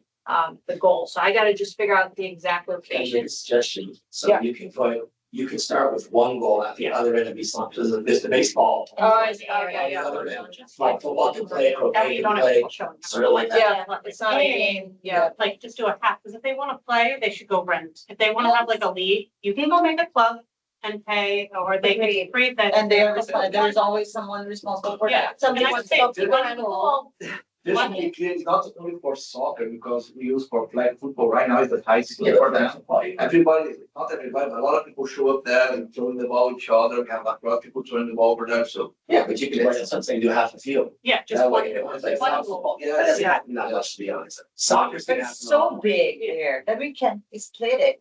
Why not? With the baseball now, the other area being fenced in where the school is. Yeah. Doing the- It's gonna take that. They're taking the fence out. Okay. Oh, they are taking. Yes, Oh, okay. it's the county's resolution. They said that they were going to move it. I'm not sure where they're 10 moving. feet, So that's gonna say, because the car's gonna see a lot of porch. So that. I have some Yeah, liability. that makes sense. Yeah. And actually, the company messed it up. I've heard that they have to put it back on their expense. Yeah, what the school said that it was because of many people complaining about it and they were going to kind of leave a space for the kids because the kids enjoy it there. They play a lot of things there. No, they're just gonna move back 10 feet. This is gonna also. They're not gonna take the gate away, they're just moving. Yeah, they're not, you can't have access. Okay, 'Cause so The people the don't issue use is, this long's. we lost it. Yes. because Pro wasn't. That's part of the correct. academy. We weren't taking care of it. That's actually what I was gonna bring up. That's what the soccer goals were, where it was. The fun. batting cages, you can't even use them unless you call the school, because Yeah. everyone keeps calling town hall to open the batting cages and we can't. So yes, we are getting more folks using the East Village open field for Little League. So that's just something I have to Is there consider. signage up so that they'll know who to really call? I mean, you can And also also, put signage up. saying this is an amenity that's you have to pay for. If there are people who really wanna use it every single day, like, It's not, I think what it is, people want it when they want, it's like tennis, they want it when they want it. If the field's full, you don't play, that's everywhere. Yes. You know, like. I agree with you, Mike. You know, I would say that would be the first step, I think it'd be low cost, put it on there and see how it goes on the other end. It has to have a net. Yeah, we're But talking it has about to be the, fixed. we're talking about the athletic field. So that was your Yeah. question? Yeah, so it is now pay for play. Is that what the committee's recommendation I agree is? with I think that's fine. Okay. I think that's also, it sets us up for a precedent as the next lots are being built. Yep. And they're gonna be brand new, right? We won't have the same issues that it is pay to play, but this is Well, it's different than an open field. and I think it's equivalent to, Marco, you were telling me earlier, it's equivalent to Island Village Clubhouse. It's very premium, high quality, and we're telling people no to Island Village Clubhouse, but we're allowing them to use these beautiful athletic fields. Which, I mean, you have every right to, but it costs thousands and thousands of dollars to replace Exactly this. right. Just have one key bike into that field one It's time. the same that, oh, what is my free, I don't play soccer, I don't play like football, what is my free like? I want to 1 hour free for the Island Village Clubhouse because I'm all right. If you open the multi-billionaire complex for 1 hour for the like 200,000 square feet for one guy, kick the soccer ball around. I'm not to use for my family for the Island Village as well, so it should be that. Yeah, since we set a precedence for Highland Village Clubhouse. Don't understand what's wrong. It's open for the community, but you need to pay for to use the hours. Oh, of course. That would be like, I guess the equivalent is, I want to throw my daughter's birthday party. I know that Yeah. here, because I'm a resident, my fees go to here, then therefore I should be able to. That, Oh, yeah, you're that already gonna get obviously comes discounted with rates. Pay to play. Like, You're exactly right. I mean, I don't even, it's gonna cost you more money. Yeah. Yeah. That for free 1 hour, it's gonna cost you $500 because that rest, Yeah. that's just the reality. And look, and our kids play together all the time. I can never come back home and go, yeah, we couldn't play at Spring Park because the fields were full. I've never heard that. You know, it's all. We start playing that. Well, now when you start talking about soccer, let's get it. that, Yeah, it's an, that's just my, yeah, it's an invitation. So unless we get a lot of, us to put in something, other than with East Lawn, I could only put in. You could put it there, you're gonna have the line, you're gonna have the strike. We could always do that again, you know.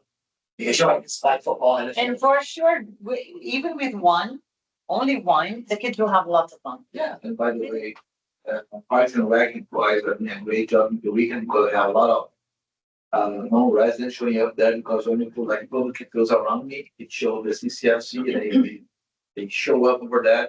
Doesn't matter if the kids are having fun on the program or having an official game, just step on the fields. The partner, the monitors are there always on time, watching for the kids, protecting. That extend my compliments for the Parks and Rec team because they are amazing. They are amazing. It's Ron, Bonito, and Marty. And Jim does a good job. He works hard every single day, like 7-8 hours on the field, prepare everything, protection. This is it's a lot of work over that to get recall for someone in the e-bike or whatever. It's. So I agree. I think we, I mean, that's, I think we're recommending the same thing. I think we just keep those backfields only for pay Yeah. and lock them. Okay, so we're gonna do a pay to play, yeah, we need and a then registration for pay one play. open field. The goal, I think, I'd probably start with a 6x18 soccer goal and kind of Oh, go. well, that's gonna be, yeah, what size is it gonna be, right? That's to be like. Yeah, that's what I was thinking, that the smallest one is 6. What size you go? You go to big size. 18 is good because you have the kids and the adults, recreational have fun. For Yes. Yeah. And it's not for a very serious. We're not It's professional. not working. Professional. You can't have next things. Yeah, Just goes so away. I just gotta get rid of it. That's like, it's, this isn't for permanent, we're putting it in permanently, but if it gets destroyed, we're not gonna go keep going. No, they need Right. to respect it. Yeah. They will.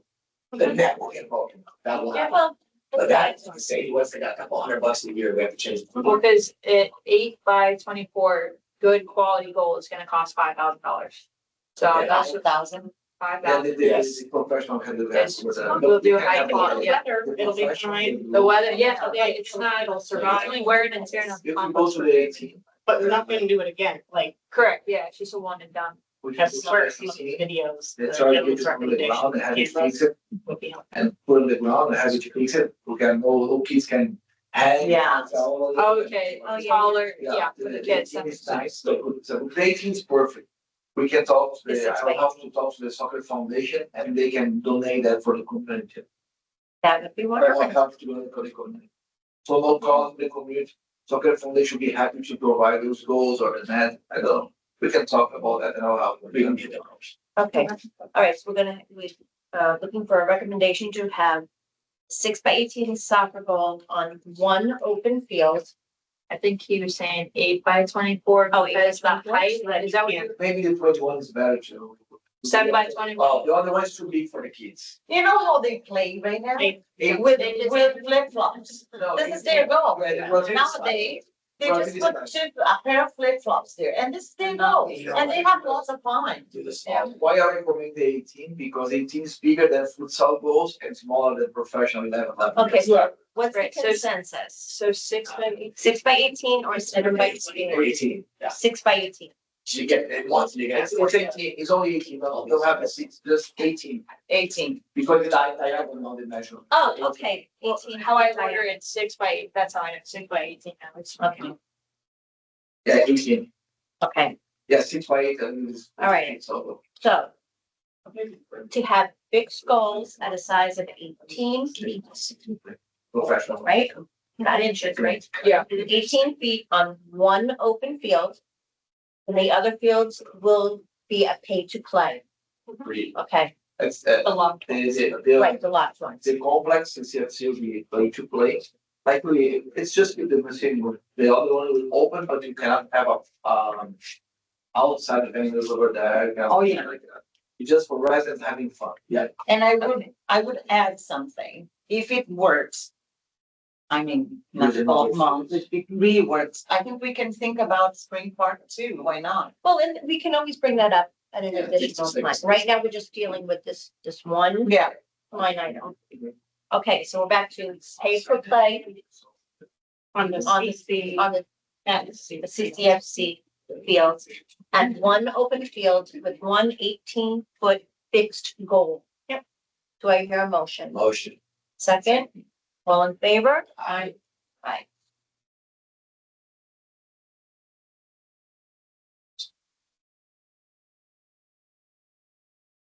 Okay. Oh, that's right. I was wondering what was going on. Okay, any other member comments for this evening? Sorry. Oh, sorry, what was that? Obligation review. Oh, sorry about that. Public application. So it's the very last page. I apologize, the computer just shut off. The last page of your packet, I was trying to make it as simple as possible. That is lined up as close as we can to a facility rental application. The club applications that we've had previously, they caused confusion, for residents. We tried to do contracts, which we did last year, and it was too much, extreme verbiage is the comments and concerns I got. So we wanted to make it more of an application. So I just kind of wanted to go through each part of this application to see, we as a committee to see if we want any adjustments or whatnot, because clubs are gonna have to submit this application and come through the rec committee for approval. So if something doesn't look like it's pleasing to your eyes, just please let me know. I would love to get, the blessing of the committee approved tonight. So that way we can get this ball rolling for 2026. You mentioned that you wanted to have a roster. Yes, that's gonna be, within the, inside of that, contract. So the first, yeah, so the first page is just like the Number facility. 6. in the book. Well, can we Quarterly put on the roster. first page somewhere? Maybe where it says describe the meeting event, and then as a note, please see section blah, blah, blah. Regarding, roster. And Roster. I would say So it's right there. if it's a new club though, if they're trying to gather, Yeah, I think just, we want people to build a community saying that you will be asked for the roster. Like, they might not have it right away if they're trying to gotcha. drum Okay. up.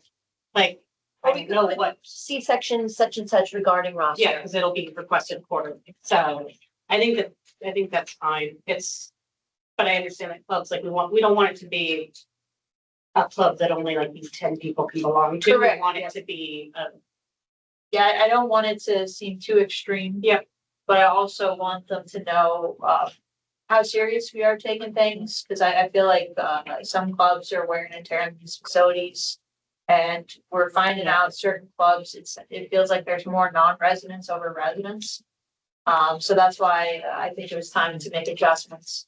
So at least the first page is self-explanatory, your request days, if it's monthly, weekly, start and end date, or start and end time, we need to know that, and the point of contact. If they have a website, mailing address, et cetera, that way we can share it on our celebration website, just in case people call. Well, if they don't have a food mailing or website address, contact. Or contact, yeah. So that way, if anyone calls us at town hall and Nikki C answers the phone, and at least we're not giving away personal information, it's you submitted this That they should information. make up a website. Yeah, Or if it's a just what's the website Gmail? or, yeah. Yeah, I was gonna say, just a mailing Gmail address. Yeah, parksclub@gmail.com. do clubs renew each year? Is that what they do? Or is it just kind of evergreen? So we've been trying different things. I would love for them to renew every year from the committee, like what we do with the rec, contracts. So that way, if there's any issues, you all are aware of it. Right now, it's just they auto renew. And I just don't think that's right. I feel like they need to understand that there are changes. that they just can't assume that they always get the facility the first Wednesday of every month, the third Wednesday. And they would have to resubmit roster. They have to resubmit, yeah. Or as well as the application, so that way we know if there's like a turnover or if there's a new point of contact. We have this nice and fresh every year. So where would we put it, a yearly reapplication? I can probably put it on the bottom, like in the green part, maybe like submit yearly submission or something.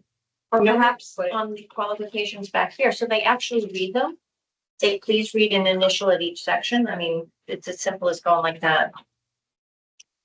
Knowing that it's December, is this for 2026 or is this for the fall? Because we probably have to give them. What is the radio in there? Yeah. So this would be for 2026. The clubs as of right now, whatever date they have, obviously I'm just giving it to Yeah. them. But I want them to slowly understand that. We want them to be 75% residents. We want them to understand if they break something, they have to pay for it. So that's where I'm trying to inch their way in. They are eager. They know that application is in the process of being made. But there's nothing extreme that's like gonna cause feathers to be ruffled. It's only the roster that changed as well as storage. However, if we do this new application, we give them at least a 3-month notice of, hey, this is what's happening. So that way it's not like, oh, you only got like 2 weeks. So what I changed were the biggest changes were they can't rent on holiday weekends. I know a lot of clubs try to do that. I also put in here that the priority is PROA events as well as recreational programs over clubs. So they understand the order of command. Sometimes they think if they could book 2 years out, they get it over a PROA board meeting, which is not possible. Indoor facility rental periods, we put the time frame because sometimes they go past those hours. So at least now they know the time frame. Club reservations, the major things I added on here was I said club may receive 2 complimentary hours a month at no charge. Any additional would fall under the facility rental agreement.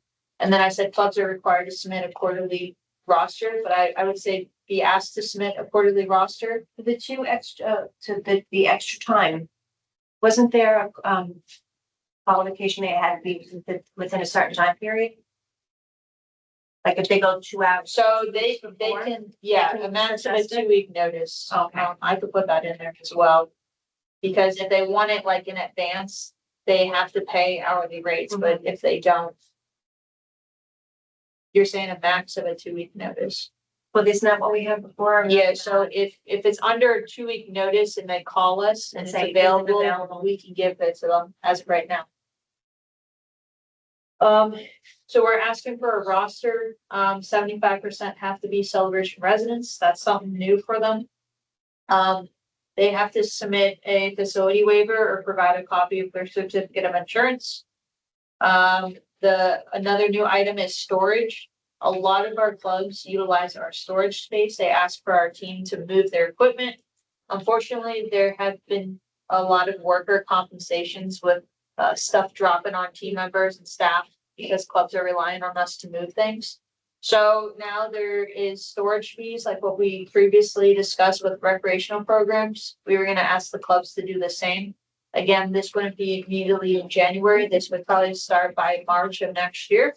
And then if they need to move any items, they are required staff time and they have to assist with moving the items. What about just asking them to move their own items? Oh, they can if they want, but if they need help, they would be charged staff time and they have to be there present helping our team members. We did a cancellation notice because we do not have any clubs that if they cancel, we set up the room and they don't tell us if it's canceled or not, so they have to let us know in advance. Clubs in the past have tried to rotate their hours to other people, so that's why we said the agreement's not transferable. Let me see, and then the last thing I put on number number 10 is damage to any facility and or equipment will result in a fine and require reimbursement for repair or replacement. Those were the major things that I included.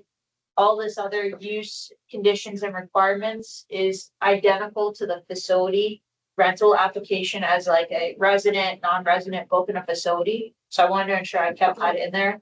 There was just a few things that changed as a club.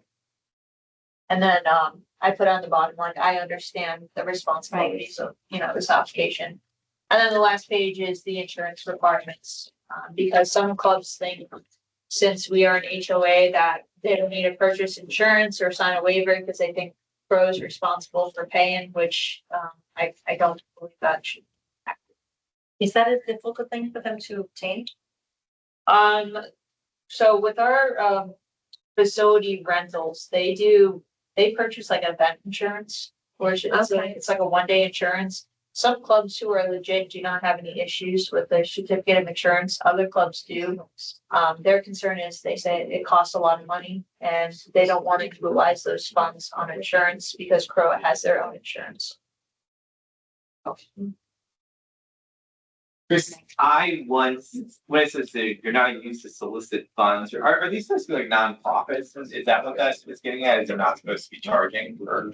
They can charge a membership Or fee. what is it? What is Yeah, it? so well, I said without like written approval. So for example, let's say the Sparkle Soiree, like with the Celebration Foundation.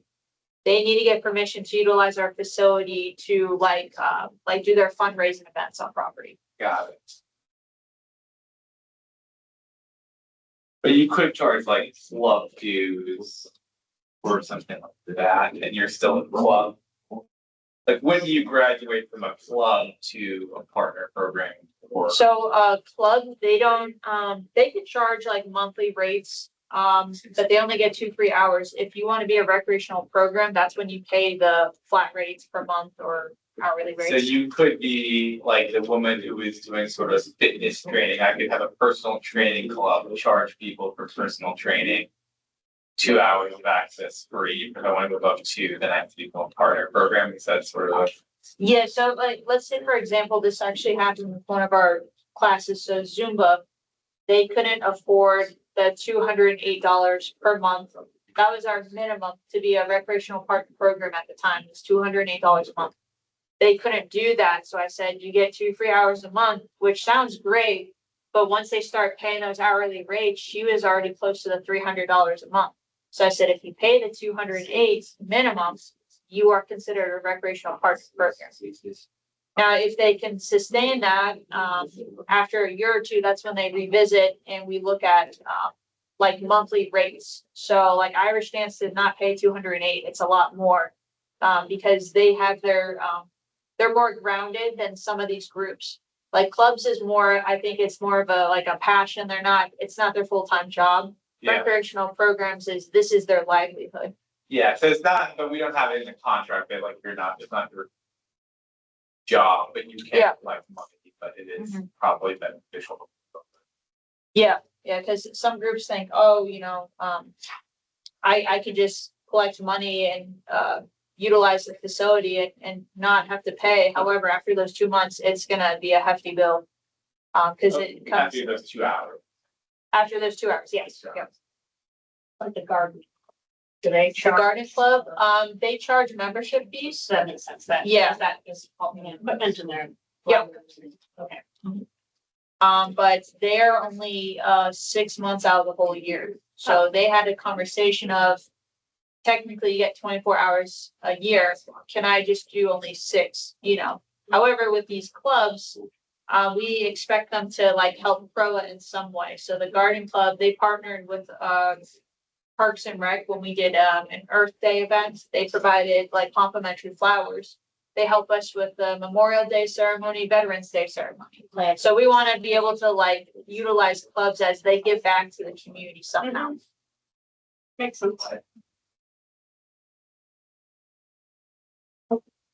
Any other thoughts? Wait, so do you want to make the adjustments on this or do you just? Yeah, no, I'll Okay, so make we'll adjustments and send it via. email. Okay. Right, so, postpone it till next month? To officially approve it? Or you want- So my goal is to try to get this on the board meeting for next.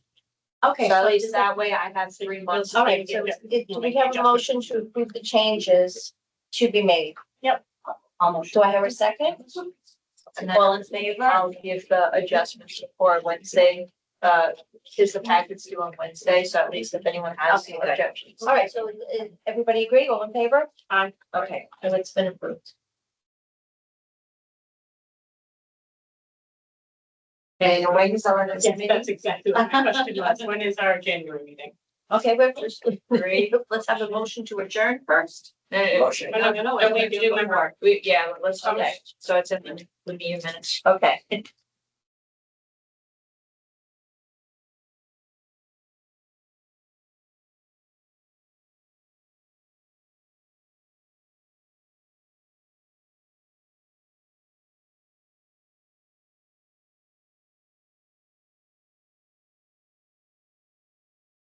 How is January 12th? Are Mondays still good for everybody? Monday's fine for me. Um, January 12th, January 19th, I think that's a holiday. It's a holiday. Yeah. Yeah. Well, the 12th is fine for me. Everybody? I agree. Yeah. Okay. January 12th is.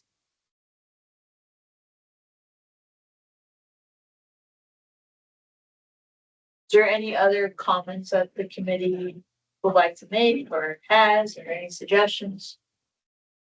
I'm sorry, so going back to the whole thing with the two guests per side, is that gonna be a vote, or is this gonna be put against the? So what we need to do is we need to, come up with a proposal together, and then it has to be submitted to the board.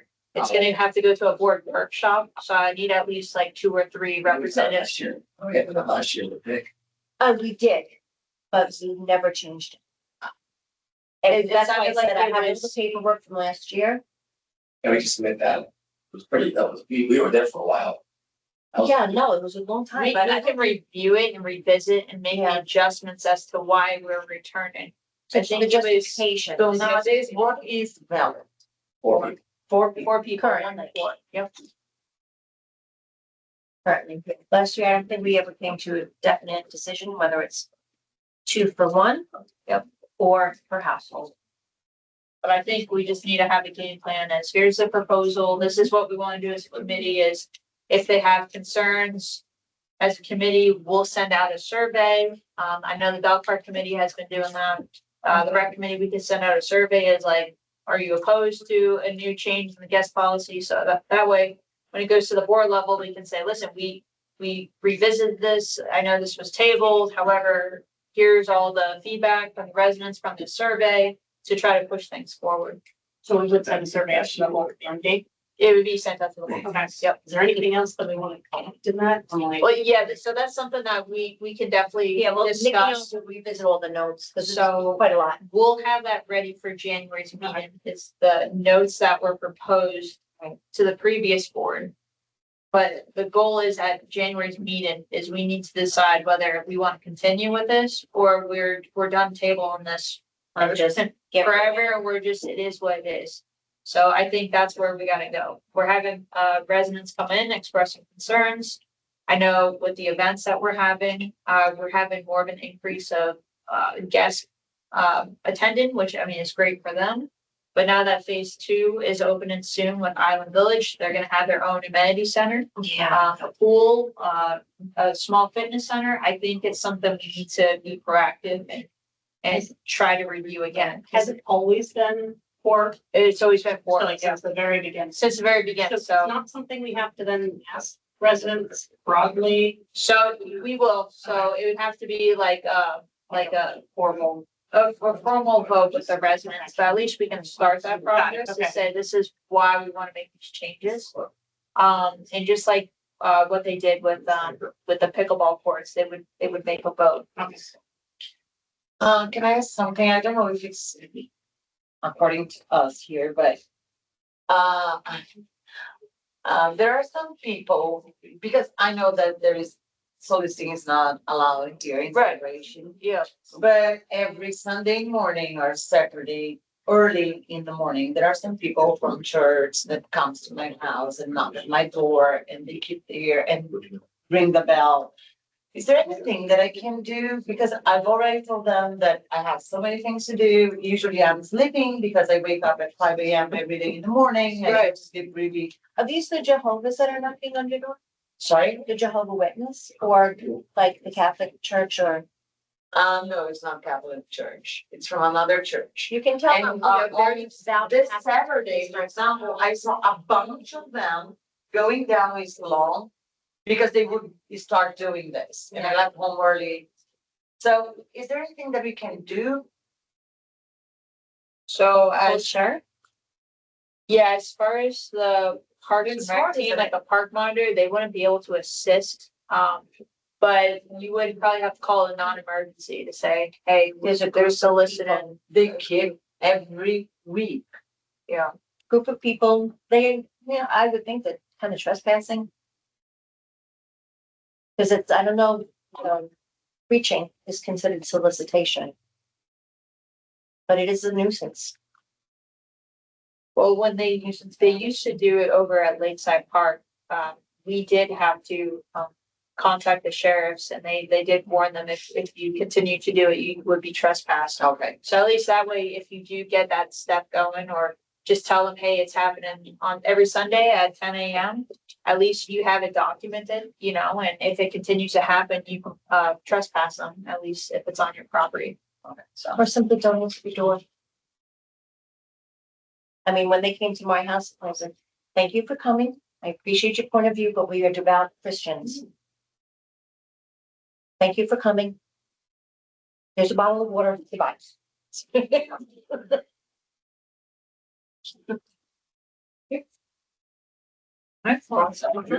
Okay, now, do I hear a motion to adjourn? Motion. Second? All in favor? I. Aye. Right.